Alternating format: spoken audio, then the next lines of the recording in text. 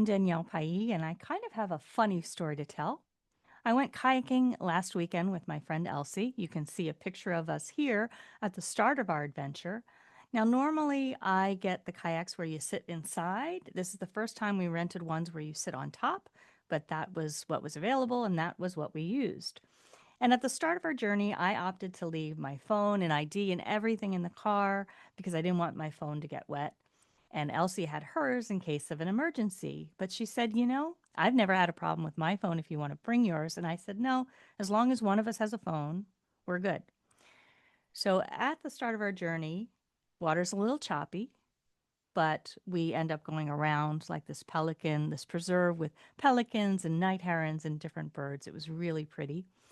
And Elsie made the comment, I know there's manatee out here, but I've never seen one. The adventure was a success at that point. And then on our way back, we were near the shore, but I reached back to grab my bag that was under a bungee cord and bring it forward. And I looked this way to kind of see where she was. And apparently, with the choppy water, that's all it took. The boat flipped and in it capsized, and I was baptized in Coffee Pot Bayou. I had a life jacket on. I'm only 5'3" and it's 30 feet in the deepest portions, but I had the life jacket. The boat flipped over, so I had that to hold on to, but I wasn't going anywhere. I could not leverage to flip the boat because I didn't have my solid footing. So I ended up grabbing one end of the boat and then grabbing Elsie's end of the boat, and she's paddling with all her might, trying to move all of us towards the shore. And after 5 minutes, she looks back and she's like, I don't think we're moving. So we let her go, and then I tried to swim with one arm in the boat. Now, I could have abandoned the boat and swum to shore. She could have paddled to shore, but it was a rental, and I didn't know what the financial repercussions would be of leaving this boat. So I'm struggling with it. I'm getting tired. Fortunately, the water was warm.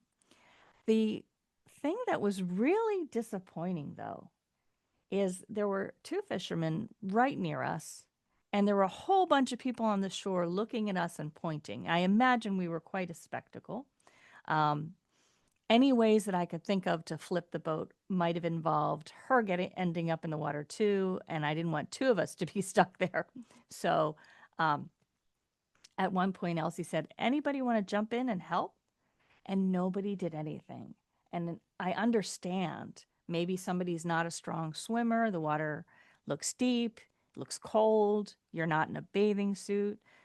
Maybe someone feels like they're going to make the situation worse.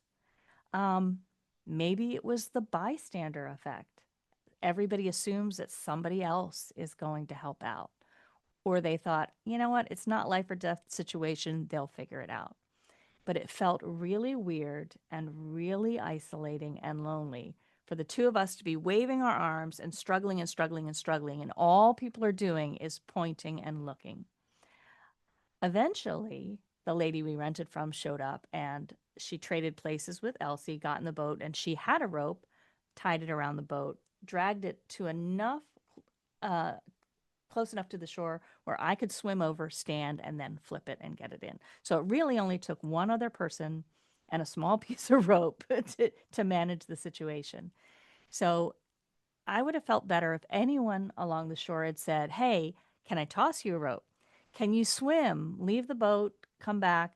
I'll get changed. I live just around the block. I'll get changed into my bathing suit. I can come help you, or I can send somebody who can retrieve the boat for you. Even if they couldn't do that, can I call someone for you to be supportive? Anything other than look, point, and walk away. Oddly enough, in this moment, we had attracted the attention of a manatee who swam around me, and I like to think he was trying to help me in my time of need.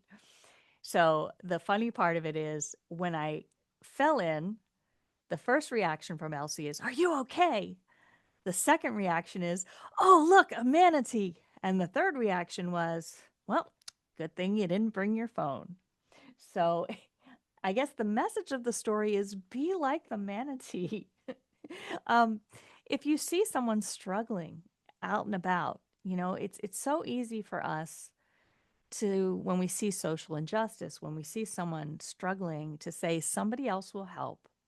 I'm not suggesting dive in the deep end and put yourself in danger. But if there are ways that you can support people around you, opening the door for someone who's struggling, somebody drops their groceries, leaning over and helping them pick things up, even words of encouragement would be helpful.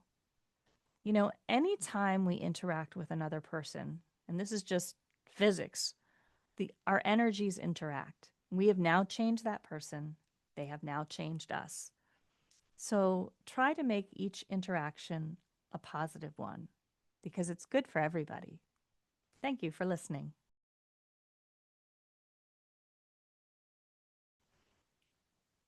Hi, everyone. I'm Danielle Pailly, and many of you know I'm a relationship coach, and I'm so excited to announce the release of my new fiction book, Heartbreak on a Deadline. It follows Sibley and Vidalia, two friends, as they're going through their dating life, and it covers 5 holidays and 3 countries in this international whirlwind romantic comedy slash cozy mystery.